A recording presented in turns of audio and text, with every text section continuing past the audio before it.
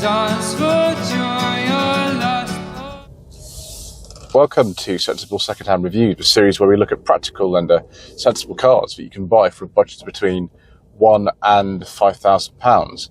This is a 2018 Skoda Fabia 1 litre SE. But is it any good? Should you care? Let's find out, shall we?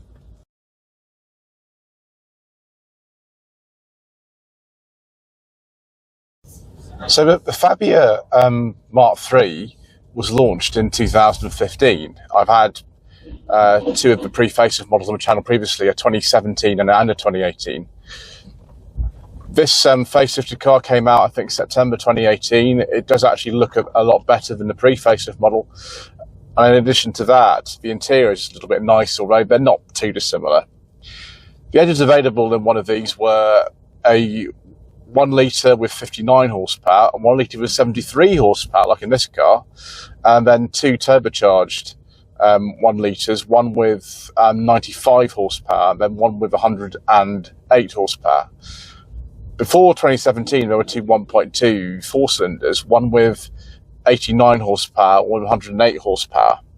There are also some diesels available, but as usual, due to controversial government legislation and all kinds of other reasons, we don't talk about diesels on this channel.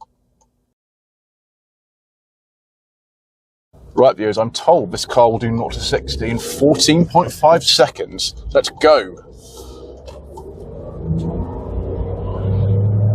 Oh, it sounds quite good, this. It's quite slow, but if you keep it on the boil, it's not too bad. You just have to rev it quite hard. That's probably why my fuel economy in this little trip that I'm doing wasn't particularly good earlier on. But yeah, gearbox, same one as in the Volkswagen Up, is okay, I suppose. Steering actually is quite good. I think this has got trace control or something in it, this little car. Really what you want to do is probably go for one of the higher powered engines if it's a priority for you. There's all up to like 108 horsepower,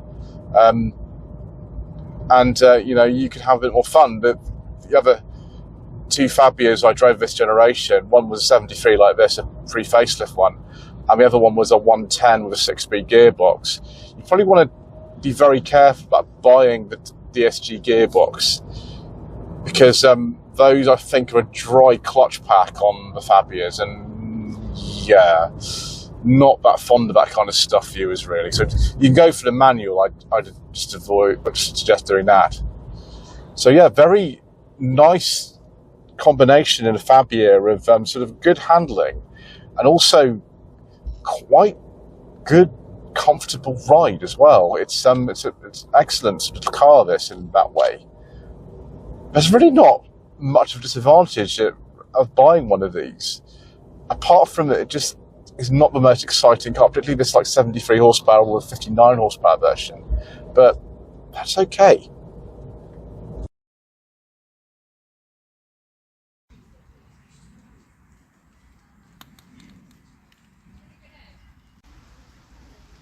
I've wanted to try one of these facelifted Mark III Fabias ever since they came out in the autumn of 2018. In fact, this is an autumn 2018 car. It's in very nice condition, actually, this. It's only done about 39,000 miles. Like so many cars that I test from Summit Garage in Dudley, it's in immaculate condition and been prepared really, really well. So the Fabia isn't necessarily the most striking car, but actually it looks very neat in this facelifted, guys, and even in this SE trim I think it looks absolutely fine. We've got parking sensors on this, which is about a minimum you need these days. So you can get an S model, of course, which doesn't have anything like that, and even comes with a 59 horsepower engine, which yeah, probably not the one that you want for rapid acceleration. We've got a little boot mat in here. I don't know what. This is probably from the state, isn't it? Probably why it's a bit long. Let's have a look under here and see if we get a spare wheel. Yes, we do. Oh my gosh, it's a full-size one too. Viewers, full-size spare wheel, normal key, normal 5-speed gearbox, normal handbrake. A lot of you will be very happy right now. So there we go, a little sturdy hook in there, one either side for carrying things, very practical. I'll show you something else that's very practical as well in a second, which is a classic Skoda thing. Boot, I think, is about 330 litres. It's actually, I think, slightly larger than a Mark III Focus for some reason. Classic Skoda thing. There we go. Ice scraper in the fuel filler cap there. If we go round to the passenger side at the front, also, there's a little tray down here for putting things in. There we go. Handy. Might as well go into back views as well whilst we're here. It's a tiny bit on the cramped side. We've also got, well, I don't really like to see, windy windows in the back.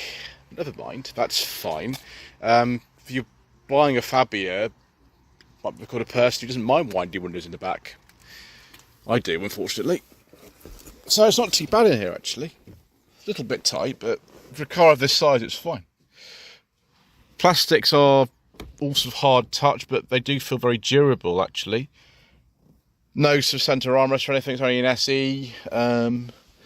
Yep, no centre armrest in there either. Headroom, though, is actually quite good. It's quite good in this car. It's based on a sort of combination of the previous kind of generation Polo to this, one that came out in 2009, a Mark V, and then there's some bits that were updated to the sort of Mark VI Polo platform as well, that came out in end of 2017 in this Fabia. So it's a reasonable combination of things. Yeah, door bins are nice and big actually for a small car like this. It's all very kind of sensible and sort of you know, kind of well put together. We've got damped grab handles as well. We have, look. Oh no, we don't. Viewers, my eccentric nature has been a little bit upset by the lack of damped grab handles, but that's maybe just me. So if we get out of here again, I actually get courtesy lights at the back as well, which is good. Some cars which don't have that. Do we have little guides to put the seatbelt buckles in if you fold the seats? Yeah, we do actually, look at that. Let's put that there, and that's going to stay there. So when we put it back, oh dear, that's not worked very well, has it, viewers? My theory's been disproven. Oops. Never mind. Let's get in the front, shall we, and see if there's anything else that's clever about the front of this car. So, just nice, very kind of normal. Probably got an umbrella in one of these. Maybe it's the other side, I don't know. The only thing I don't like, this is the same as a Skoda Rapid or Seat Toledo, because they're all basically the same car, these. The door cards are very, very plain. Obviously, you've only got two electric mirror switches on this. You've got the ancient, I think, Mark V Polo electric mirror switch in here. This switch, I think, goes back to like a Mark IV Golf or something. It's all very, very familiar Volkswagen. The 2017 Seat Toledo that I used to have had these exact indicator and wiper stalks and that switch for controlling the lights, and pretty much the same door card almost exactly. So they are very similar. It's pretty comfortable in here though, actually. It's idiot proof in terms of how things operate. Look at these controls. If you get that wrong, I'm a bit concerned about you. So just normal air conditioning, there's a USB port, there's a 12-volt socket, there are the cup holders, which bizarrely are small and large, and a 5-speed manual. Now, because this is only a 73 horsepower car with the non-turbo engine, this is the gearbox out of an up, or a City Go, or a Me.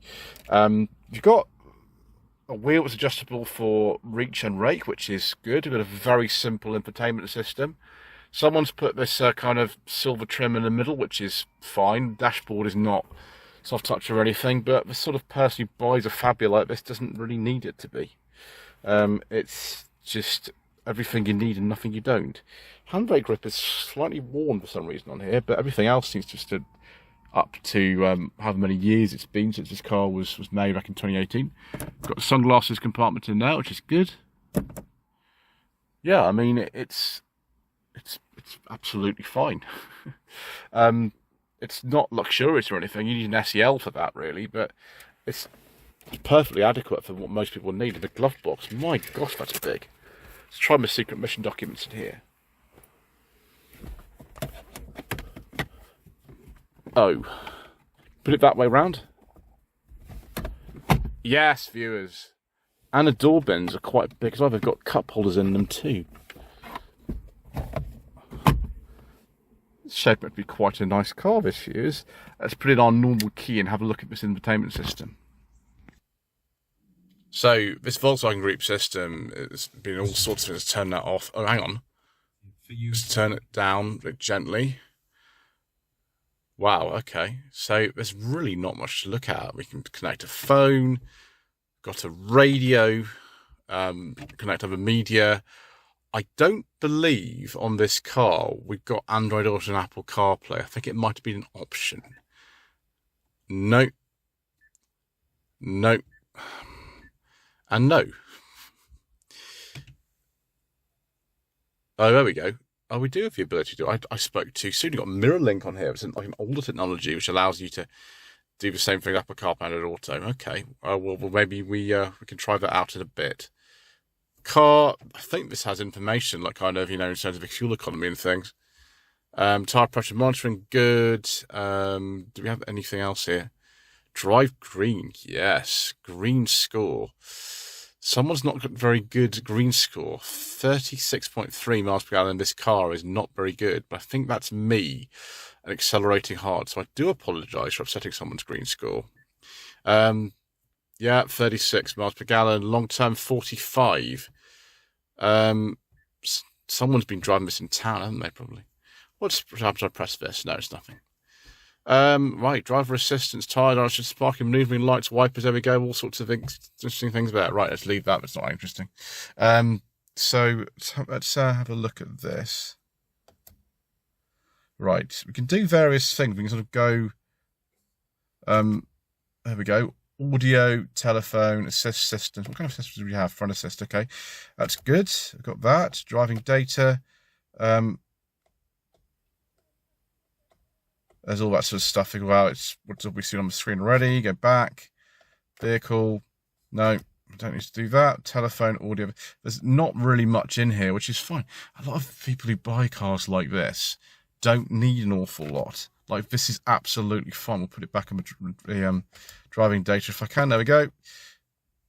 I don't want to speed limit warning. Right. Let's put it on something like that. There we go. Yeah, I'll do.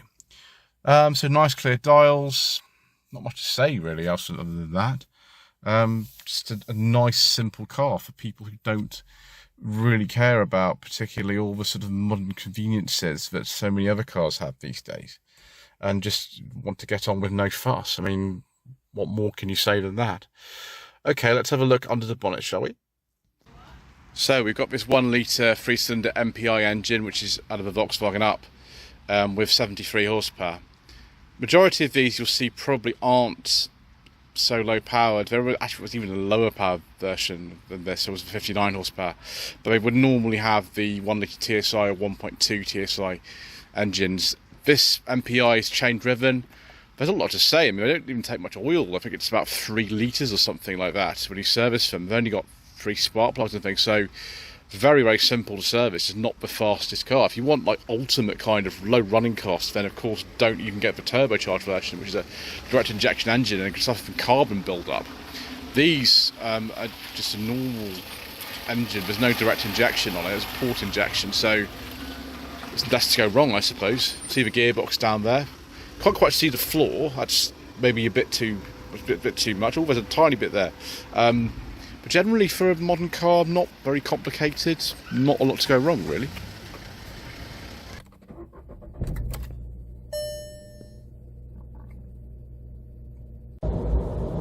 Yes, now I've come to sort of reevaluate this. Obviously, I drove those 2 other pre-facelift ones in 2018 and 2020. So it's been a long time because I've driven one of these, and this facelifted version with these little nips and tucks that it's had is just fabulous. Who would have thought that a Fabia would be fabulous, but it is. And also because I know this particular engine is chain driven, and there's no horror stories with this particularly, I don't see why you just wouldn't go out and get one of these if you want a little sensible car. It would make perfect sense for a lot of people.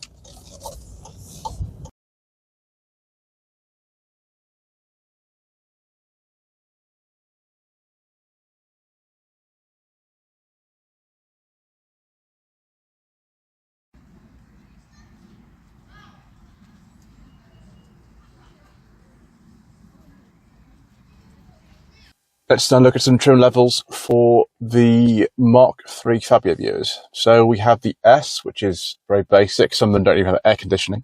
The SE, like this, is the most common one. The SEL, which is nice. The Monte Carlo, which is also actually very nice. In fact, a bit more sort of adventurous in terms of the interior and things. The Colour Edition, which is a bit like this, but just we can get sort of white wheels and things with them. The Red Line, the SE Drive, and the S Plus. I wonder what the Plus actually got you. So viewers, should you consider a Mark III Fabia for your hard-earned budget of between £1,000 and £5,000 as a sensible car?